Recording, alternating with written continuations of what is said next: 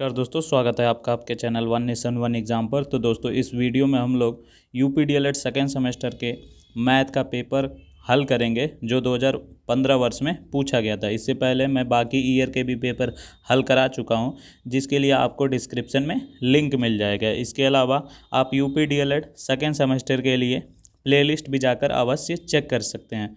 तो वीडियो को शुरू करते हैं वस्तुनिष्ठ प्रश्नों के साथ, यानी बहुविकल्पीय प्रश्नों के साथ। तो पहला प्रश्न है √2, √4, √.4, √.2 में परिमेय संख्या है। तो दोस्तों, आपको इनमें से परिमेय संख्या बतानी है। परिमेय संख्या वो होती हैं जिसको हम P/Q के रूप में लिख सकते हैं। तो आपको देखना होगा कि इसमें से आप किसको लिख सकते हैं। तो √2 जो होता है वह एक अपरिमेय संख्या है, क्योंकि इसकी वैल्यू होती है 1.414। इसके बाद भी आती है जिसको हम P/Q के रूप में नहीं लिख सकते हैं। तो ये पहला ऑप्शन जो है वह कैंसिल हो गया। जो √4 होता है इसको हम हल करेंगे तो 2 आएगा, और 2 के बटे में हम अगर 1 लिख दें तो कोई फ़र्क नहीं पड़ेगा, यानी हम इसको P/Q के रूप में लिख सकते हैं। तो जो √4 है वही सही है और ऑप्शन ए में दिया हुआ है। इसके अलावा √.4 में भी जब आप दशमलव हटाएंगे तो 4/10 हो जाएगा। इसके अलावा इसको हल करेंगे तो 2/10 का अंडर रूट करेंगे तो कोई होल नंबर नहीं आएगा, यानी यह भी एक अपरिमेय संख्या होगी।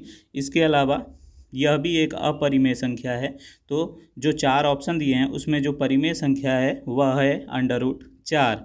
अब हम देखते हैं अगला प्रश्न जो कह रहा है 33.328 में अंक 2 का स्थानीय मान होगा। तो दोस्तों, जब बिना दशमलव के होता है तो जो भी संख्या लिखी रहती है उसमें से जिसका स्थानीय मान लिखना होता है उसके बाद की संख्या शून्य हो जाती है। इसी प्रकार अगर दशमलव लगा है तो क्या होगा, इसके पहले की संख्या शून्य हो जाएगी। तो दशमलव लगाएंगे, उसके पहले 7 है तो 7 की जगह शून्य हो जाएगा। उसके बाद जिस संख्या का पूछ रहा है वो लिख देंगे। इसी प्रकार जो प्रश्न दिया है इसमें भी हम दशमलव लिखेंगे, उसके बाद शून्य लिखेंगे और जिस अंक का पूछ रहा है वो अंक लिख देंगे। या फिर आप चाहें तो जो संख्या लिखी है उस संख्या में सभी संख्याओं को शून्य कर दीजिए और जिस संख्या का पूछ रहा है उसको सिर्फ छोड़ दीजिए, तो यह हो जाएगा।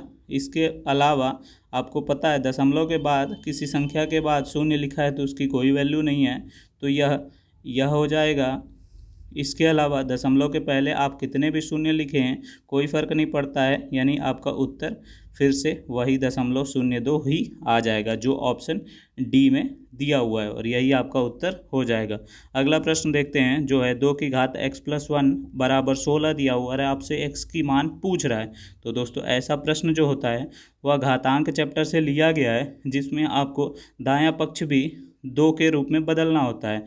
तो 2 की घात x+1 लिखा है तो हम 16 को किस प्रकार बदल सकते हैं जिससे वह 2 की घात के रूप में हो जाए। तो इसके अगर आप फैक्टर करते हैं तो यह 2 गुणे 2 गुणे 2 गुणे 2 के रूप में बदल जाएगा, जिसको हम 2 की घात 4 लिख सकते हैं। इसके अलावा घातांक का नियम होता है कि अगर बाएं पक्ष में और दाएं पक्ष में जो आधार है वह सेम है तो जो पावर है या जो घात है वह आपस में बराबर हो जाती हैं। तो x+1 = 4 हो जाएगा, जहाँ से x = 3 आ जाएगा, क्योंकि यह एक दूसरी तरफ जाएगा और घट जाएगा तो x = 3 आ जाएगा, जो कि ऑप्शन बी में दिया हुआ है, और यही आपका उत्तर हो जाएगा। अब हम देखते हैं अगला प्रश्न जो बॉडमास का है। इसमें आपको हल करके मान बताना है। तो आपको बॉडमास का अगर नियम नहीं पता है तो आप डिस्क्रिप्शन में जाकर बॉडमास का जो चैप्टर है उसे देख सकते हैं। तो उसमें मैंने बताया है कि सबसे पहले जो का लिखा होता है उसको हल करते हैं, और का मतलब गुणा होता है, और गुणा में क्या करते हैं, अंश का अंश के साथ और हर का हर के साथ गुणा कर लेते हैं। तो हमारा प्रश्न बदल कर हो जाएगा 1/8 माइनस 3/8 प्लस 2/8 डिवाइडेड बाई 1 का 1 के साथ गुणा होगा तो 1 और 4 का 2 के साथ गुणा होगा तो 8। अब यह आ गया। इसके बाद बॉडमास में क्या होता है, जो डिवाइड होता है उसे करना होता है, और डिवाइड में क्या होता है, जो अंश है वो हर में चला जाता है और जो हर है वो अंश में चला जाता है, और यहाँ चिन्ह जो है वह गुणा का लग जाता है, यानी 2/8 गुणे 8/1 1 हो जाएगा, जहाँ से 8 और 8 कट जाएगा और यहाँ 2/1 बच जाएगा। तो अब आपका प्रश्न बचा 1/8 माइनस 3/8 प्लस 2/1। अब आप क्या करेंगे, अब आप एलसीएम लेंगे जो कि 8 आएगा और यह 1/1 माइनस 3 प्लस यहाँ 16 हो जाएगा, क्योंकि एलसीएम आपने लिया, यहाँ 1 था और एलसीएम क्या आया 8 आया, यानी 8 से यहाँ गुणा हुआ तो यहाँ भी 8 से गुणा होगा और यह 16 हो जाएगा। जिसके बाद 16 1 17, 17 माइनस 3 हो जाएगा 14, 14/8 जो होगा वह आपका उत्तर हो जाएगा, जिसका सरलतम रूप लिखा हुआ है ऑप्शन में। तो इसको 2 से काट देंगे, 2 7 14, 2 चौके 8, तो ऑप्शन सी जो है वह सही हो जाएगा। अब हम देखते हैं अगला प्रश्न जो है, एक त्रिभुज की भुजाएं दी हुई हैं 2 सेंटीमीटर, 3 सेंटीमीटर, 5 सेंटीमीटर, तो त्रिभुज होगा। तो ये कौन सा त्रिभुज बनेगा?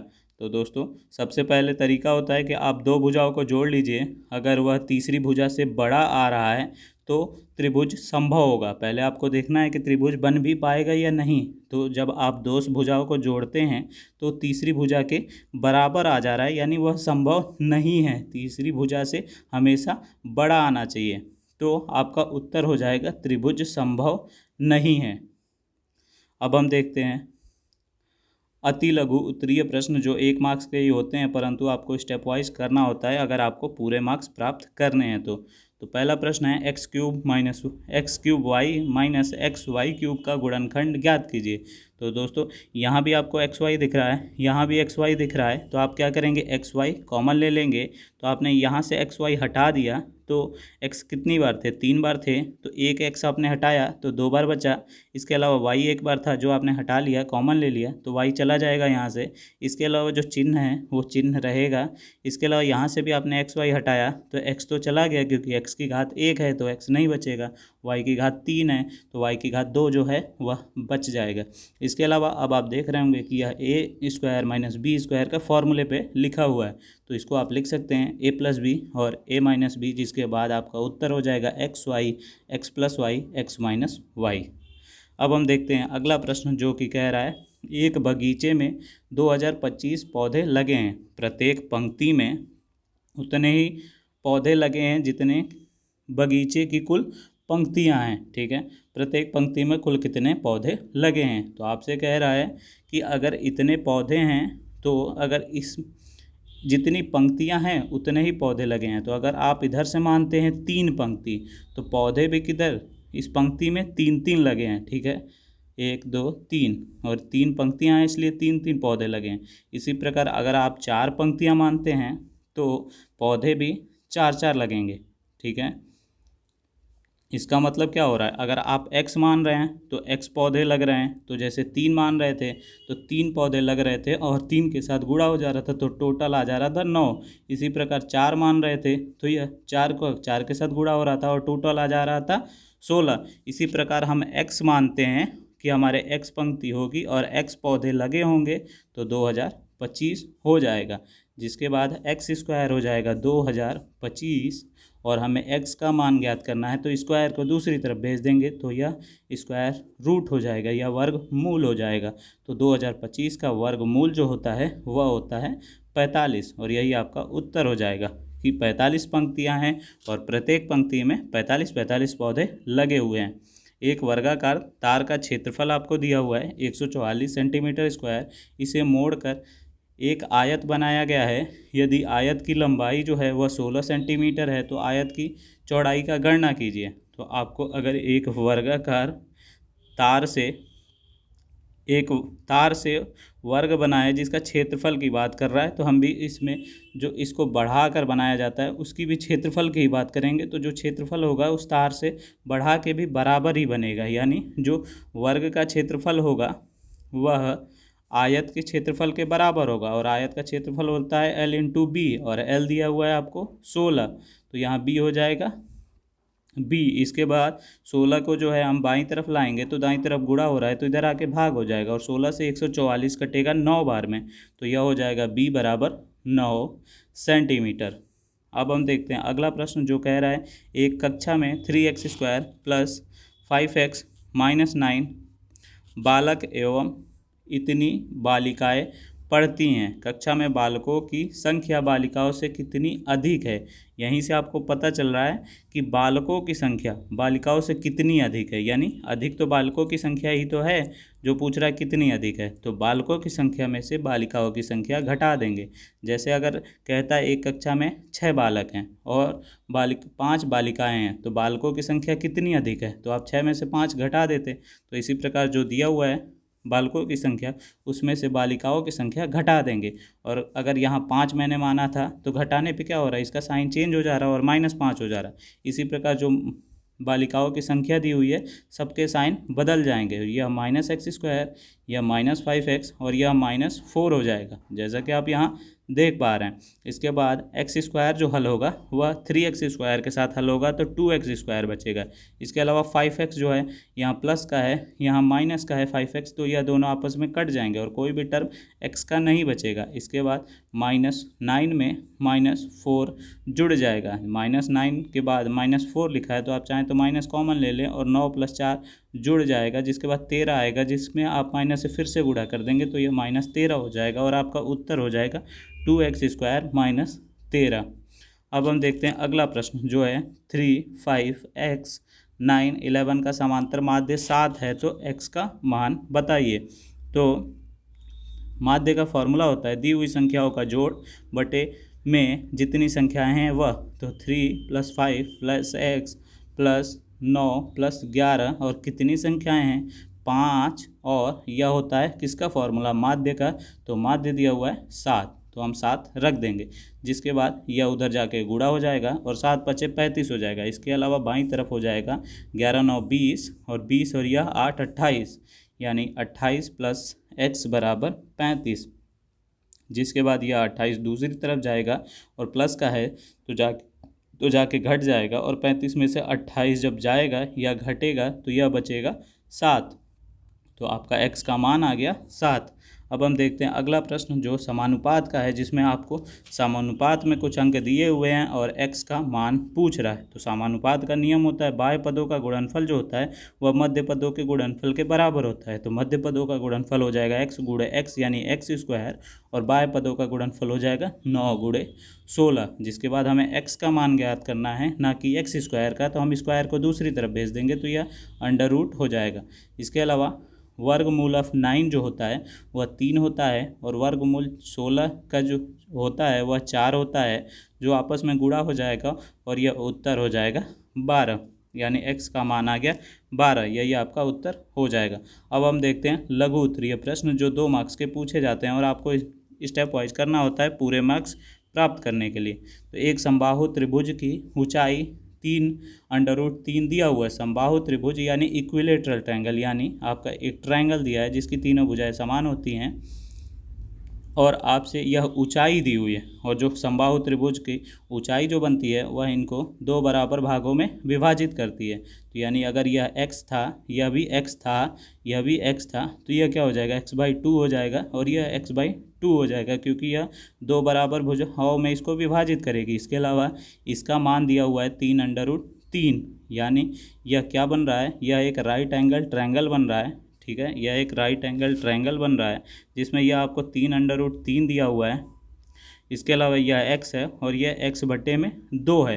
तो अब आपको पता होगा राइट एंगल ट्रायंगल में क्या होता है, पाइथागोरस थ्योरम लगता है, जिसमें यह जो कर्ण दिया हुआ है या हाइपोटेनस दिया हुआ है, इसका स्क्वायर जो होता है वह लंब और आधार के स्क्वायर के बराबर होता है। तो यही हम यहाँ पुट कर देंगे, तो x² बराबर हो जाएगा 3x² + x² x/2 का होल स्क्वायर।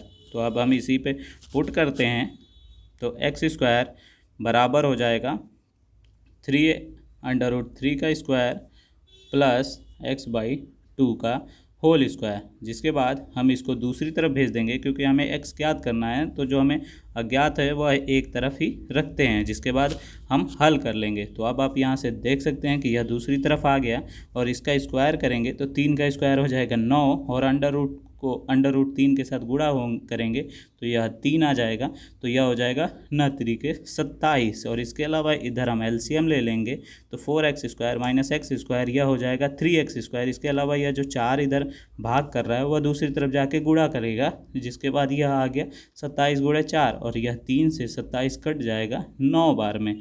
इसके अलावा x² बराबर हो गया आपका 9 गुणे 4।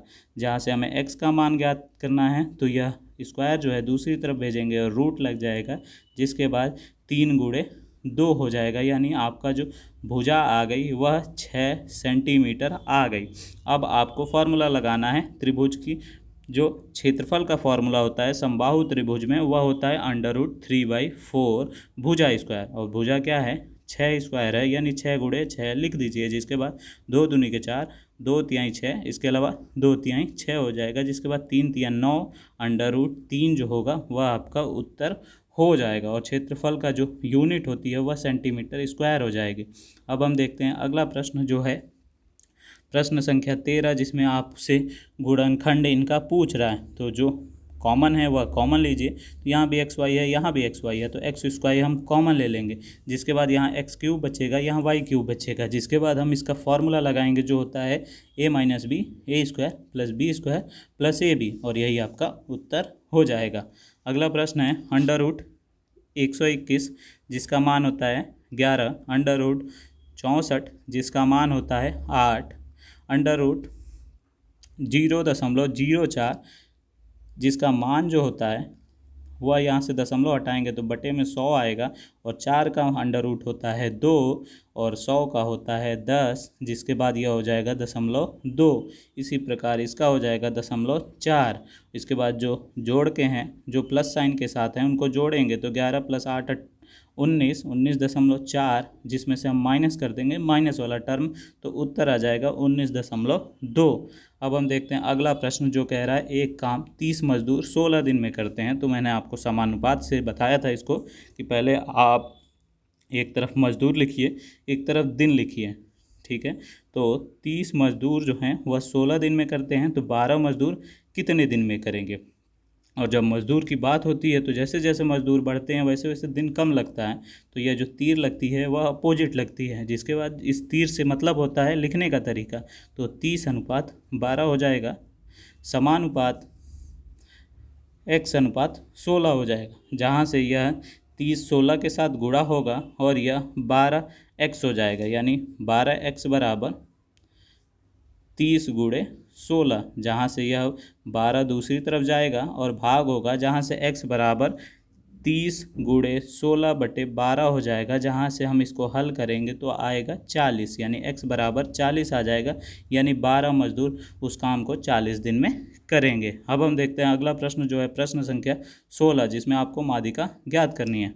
तो माध्यिका में क्या करना होता है, सबसे पहले जो आंकड़े दिए हुए हैं उनको आरोही क्रम में लिखिए। उसके बाद जितने आंकड़े आपने लिखे हैं उसको जोड़िए, तो जोड़ने पे आए उनको जोड़िए नहीं, गिनिए कि कितने आंकड़े हैं, तो वह आएंगे 9। 9 एक विषम संख्या है, तो फॉर्मूला लगेगा n+1/2, तो 9 + 1 10, 10/2, यानी 5वां पद जो होगा वह आरोही क्रम में से उत्तर होगा, जो कि 10 लिखा हुआ है। अब हम देखते हैं अगला प्रश्न जो है प्रश्न संख्या 17। दिए गए चित्र ABCD एक वर्ग है, यानी यह जो चित्र दिया हुआ है यह एक वर्ग है, जिसका यह वर्ग की भुजा जो है यह 7-7 सेंटीमीटर की है।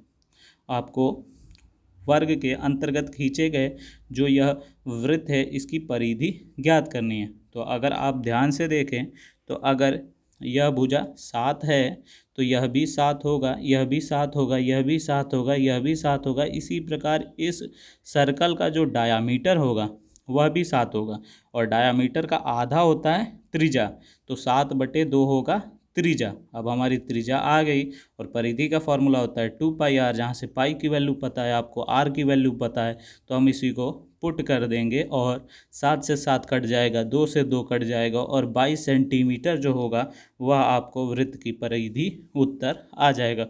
अब हम देखते हैं आखिरी प्रश्न जो है दिए गए चित्र में ABC एक त्रिभुज है, AB के मध्य, यानी यह जो AB है इसके मध्य में डी है, यानी यह दो बराबर भागों में विभाजित कर रही है। इसी प्रकार AC के जो मध्य में है वह E है, वह भी इन दोनों को बराबर भुजाओं में विभाजित कर रही है। तो आपको BC और DE में संबंध बताना है, साथ ही साथ DE का माप बताना है। ठीक है दोस्तों, तो आप देखेंगे तो यह, अगर आप ट्रायंगल दोनों को देखें, इस ट्रायंगल को और इस ट्रायंगल को, तो यह एंगल कॉमन है। ठीक है, इसके अलावा यह जो एंगल बनेगा यह वाला, यह इस एंगल के बराबर होगा।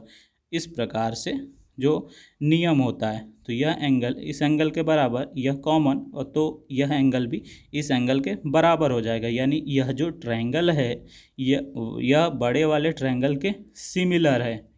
ठीक है दोस्तों, और सिमिलर में क्या होता है, जो ट्रायंगल होता है यानी आपका AD के बटे में AB लिख सकते हैं। इसके अलावा जो हम AE के बटे में AC लिख सकते हैं, क्योंकि यह सिमिलर है। इसके अलावा DE के बटे में हम BC लिख सकते हैं। यही आपको ध्यान देना है कि जो ट्रायंगल छोटा वाला आप ऊपर लिख रहे हैं तो सभी जगह छोटा वाला ही ऊपर लिखेंगे। इसके अलावा आप इन दोनों को आपस में बराबर कर लें, जहाँ से आप AC को यह जो AC दिया हुआ है इसको आप 2AE लिख सकते हैं, क्योंकि यह जो था, यह E जो था वह मिड पॉइंट है, तो यानी इन दोनों को बराबर भुजाओं में विभाजित कर रहा है। तो जो यह AC पूरा है वह आधा आधा का ही तो मिलान है, तो 2AE लिख सकते हैं। यानी यहाँ हो जाएगा 2AE, जहाँ से AE कट जाएगा